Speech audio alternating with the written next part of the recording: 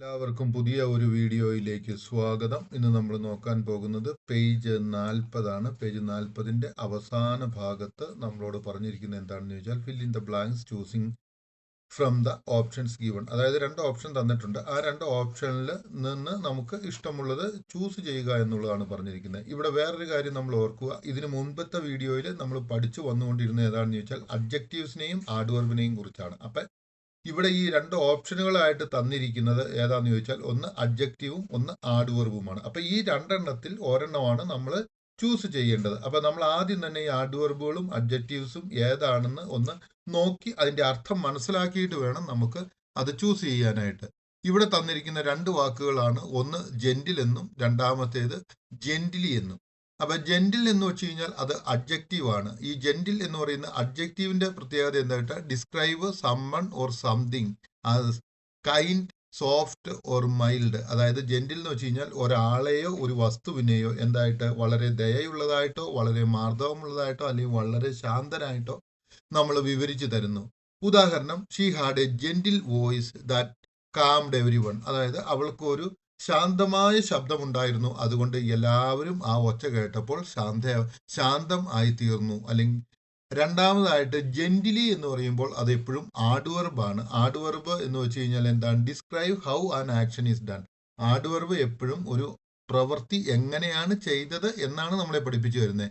With softness or care, അത് വളരെ കെയറോട് കൂടിയാണ് ചെയ്തിരിക്കുന്നത് അല്ലെങ്കിൽ വളരെ മാർദ്ദവമായിട്ട് ചെയ്തിരിക്കുന്നു എന്ന്. ഉദാഹരണം, he gently placed the baby in the crib. അതായത് അവൻ വളരെ മാർദ്ദവമായിട്ട് വളരെ സോഫ്റ്റ് ആയിട്ട് വളരെ ശ്രദ്ധയോടുകൂടി ആ കുഞ്ഞിനെ ആ ക്രിബിനകത്ത് വെച്ചു എന്നുള്ളതാണ് നമ്മൾ ഇവിടെ പറഞ്ഞിരിക്കുന്നത്. അല്ലെങ്കിൽ ക്രിബിനകത്ത് അല്ലെങ്കിൽ കൊച്ചിൻ്റെ പുൽത്തൊട്ടിയിൽ അല്ലെങ്കിൽ കൊച്ചിൻ്റെ എന്താണ് പറയുന്നത്, കൊച്ചിനെ കിടത്തുന്ന സ്ഥലത്ത് അവിടെ കിടത്തി എന്നുള്ളതാണ് പറഞ്ഞിരിക്കുന്നത്. അപ്പൊ ഇവിടെ ഡിഫറൻസ് എന്താന്ന് വെച്ചാൽ ജെന്റിൽ ഡിസ്ക്രൈബ്സ് എ ക്വാളിറ്റി, ഒരു ഗുണം അല്ലെങ്കിൽ ഒരു സ്വഭാവം. ജെന്റിലി എന്ന് പറയുന്ന adverb describes a manner of action, ഏത് രീതിയിലാണ് ആ പ്രവൃത്തി ചെയ്തത് എന്നാണ് ഇവിടെ പറയുന്നത്. ഇനി നമ്മൾ രണ്ടാമതായിട്ട് വരികയാണ് സ്കെയർ ആൻഡ് സ്കേഴ്സ്ലി. അപ്പൊ സ്കെയർ എന്ന് പറഞ്ഞു കഴിഞ്ഞാൽ എന്താണ്? അഡ്ജക്റ്റീവ് ആണ്. Okay, it means limited in quantity or availability. അതായത് ഒരു സാധനം വളരെ കുറവാണ്, അതിൻ്റെ നമുക്ക് ലഭിക്കുവാനുള്ള സാധനം കുറവാണ് എന്നുള്ള അർത്ഥത്തിലാണ്, കുറവ് എന്നുള്ള ഒരു അർത്ഥത്തിലാണ്. Example, fresh water is a scarce in the desert. അതായത് നല്ല ജലം, കുടിക്കുവാനുള്ള വെള്ളം സ്കെയർ, അതായത് വളരെ കുറവാണ് എവിടെ? ഡെസേർട്ടിൽ എന്നാണ് പറഞ്ഞത്. ഡെസേർട്ട് എന്ന് വെച്ച് കഴിഞ്ഞാൽ ഏതാണ്? നമുക്കറിയാം, ഡെസേർട്ട് എന്ന് വെച്ച് കഴിഞ്ഞാൽ മരുഭൂമിയാണ്.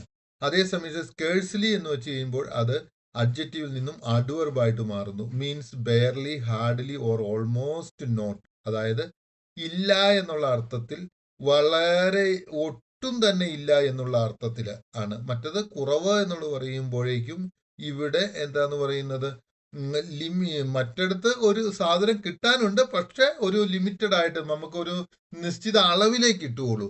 അതേസമയം ഇത് സ്കെയർ എന്ന് പറഞ്ഞാൽ, അതേസമയം ഇത് സ്കേഴ്സ്ലി എന്ന് പറഞ്ഞു കഴിഞ്ഞാൽ ഒട്ടും കിട്ടാനില്ല എന്നുള്ള അർത്ഥത്തിലാണ് പറയുന്നത്. Scarce refers to amount of something, ഒരു സാധനത്തിന് ലഭിക്കുന്നത്, ആ ഒരു സാധനം എത്രമാത്രം ഉണ്ട് എന്നുള്ളതിനെ കുറിച്ചാണ്. Scarcely refers to the degree or extent of an action or condition, അത് എത്ര മാത്രം, അത് അല്ലെങ്കിൽ ഏത് രീതിയിലാണ് എന്നുള്ള ഒരു അർത്ഥത്തിലാണ് ഉപയോഗിക്കുന്നത്. ഇനി നമ്മൾ പോകുന്നത് എക്സ്ട്രീം വേർഡ്സ് എക്സ്ട്രീംലി എന്നുള്ളതാണ്. എക്സ്ട്രീം എന്ന് വെച്ചാൽ അഡ്ജക്റ്റീവ് ആണെന്ന് മനസ്സിലാക്കുക. Describe something as intense, severe or at the farthest limit. അതായത് എക്സ്ട്രീം എന്ന് വെച്ച് കഴിഞ്ഞാൽ അത് വളരെ ഇൻറ്റൻസ് ആയിട്ടുള്ള ഒരു സംഗതിയാണ്. അല്ലെങ്കിൽ എന്താണ് പറയുന്നത്, ഇൻറ്റൻസ്, വളരെ അതിൻ്റെ ആ ഒരു കിട്ടുവാനായിട്ടുള്ള സാധനമോ, അല്ലെങ്കിൽ എന്താണ് പറയുന്നത്, സ്ട്രോങ്, അല്ലെങ്കിൽ വളരെ ശക്തി, പവർഫുൾ എന്നൊക്കെയാണ് പറയുന്നത്.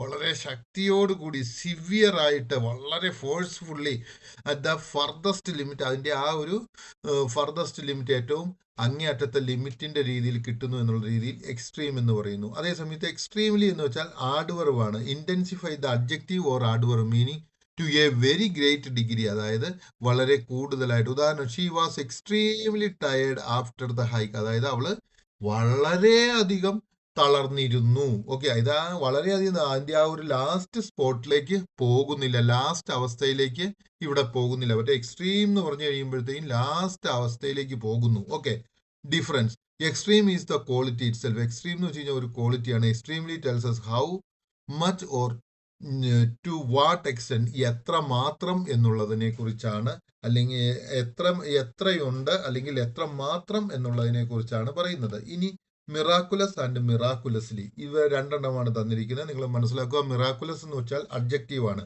Describe something as an extraordinary, അതായത് ഒരു വസ്തുവിനെ എക്സ്ട്രാ ഓർഡിനറി ആയിട്ട് or seemingly caused by a miracle, അതായത് ഒരു സാധനം സാധാരണയായിട്ട് കാണപ്പെടുന്നതല്ല, ഒരു അത്ഭുതമായിട്ടാണ് കാണപ്പെടുന്നത്. Example, his recovery was truly miraculous, അതായത് അദ്ദേഹത്തിന്റെ ആ ഒരു രോഗത്തിൽ നിന്നുള്ള മോചനം, റിക്കവറി, രോഗം മാറിയത് ഒരു മിറാക്കുലസ്, ഒരു അത്ഭുതമാണ്. മിറാക്കുലസ്ലി എന്ന് വെച്ചാൽ ഡിസ്ക്രൈബ് ഹൗ സംതിങ് ഹാപ്പൻ, അതായത് എങ്ങനെയാണ് ഒരു സംഭവം നടന്നത് എന്ന് വിവരിക്കുകയാണ്.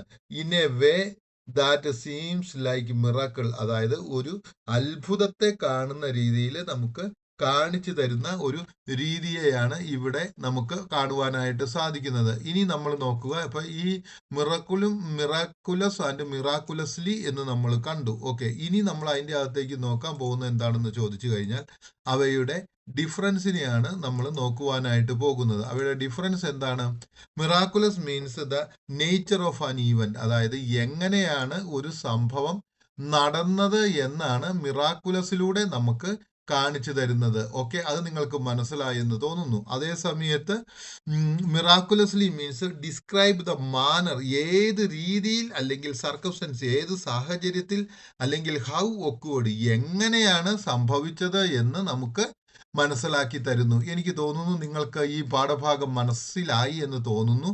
അതുകൊണ്ട് നമ്മൾ ഇനി അടുത്തതായിട്ട് ടെക്സ്റ്റ് ബുക്കിൽ തന്നിരിക്കുന്നതിലേക്ക് പോകുകയാണ്. Okay, he could dash eat, അതായത് ഇവിടെ എന്താണ് പറഞ്ഞിരിക്കുന്നത്, അവന് എങ്ങനെ തിന്നാനായിട്ട് സാധിക്കുന്നു എന്നുള്ളതിനാണ് ഇവിടെ നമ്മൾ പറയേണ്ടത്. രണ്ടെണ്ണമാണ് തന്നിരിക്കുന്നത്, രണ്ടർത്ഥങ്ങളാണ് തന്നിരിക്കുന്നത്. ഒന്ന് സ്കെയർ ആൻഡ് രണ്ടാമത് സ്കേഴ്സ്ലി എന്നാണ് പറഞ്ഞിരിക്കുന്നത്. സ്കെയർ എന്ന് refers to the amount of something, ഒരു സാധനത്തിന്റെ എത്രമാത്രം ഉണ്ട് എന്നുള്ളതാണ് സ്കെയർ എന്നതുകൊണ്ട് ഉപയോഗിക്കുന്നത്. സ്കേഴ്സ്ലി എന്ന് ഉപയോഗിച്ചിരിക്കുന്നത് എത്ര ഒരു ആക്ഷൻ എത്രമാത്രം രീതിയിൽ അല്ലെങ്കിൽ എങ്ങനെ ചെയ്യാമെന്നുള്ളതിനെ കുറിച്ചാണ്. അപ്പൊ ഇവിടെ ഹീ കുഡ് ഈറ്റ് എന്നുള്ള വെർബ് ആക്ഷൻ വന്നതുകൊണ്ട് നമ്മൾ സ്കേഴ്സ്ലി എന്ന് ചേർക്കുന്നു.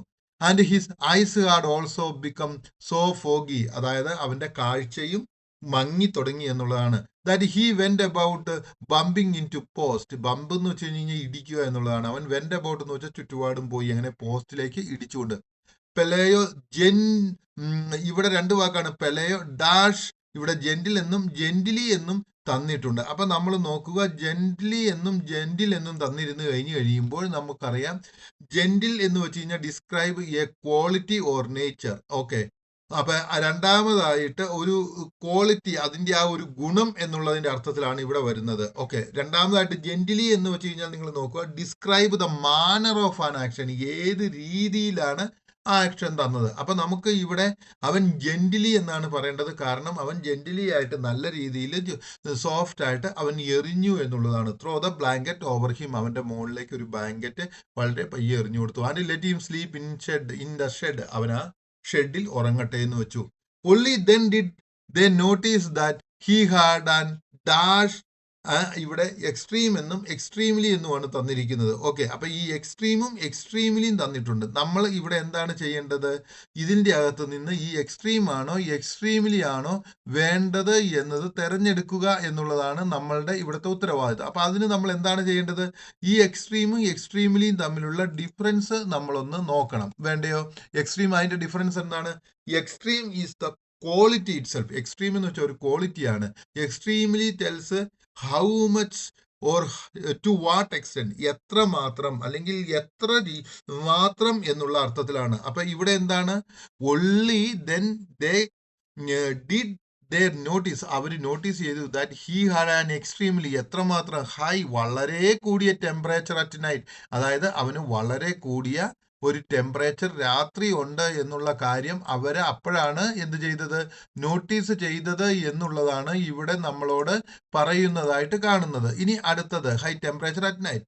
ദേ thought he was going to dye.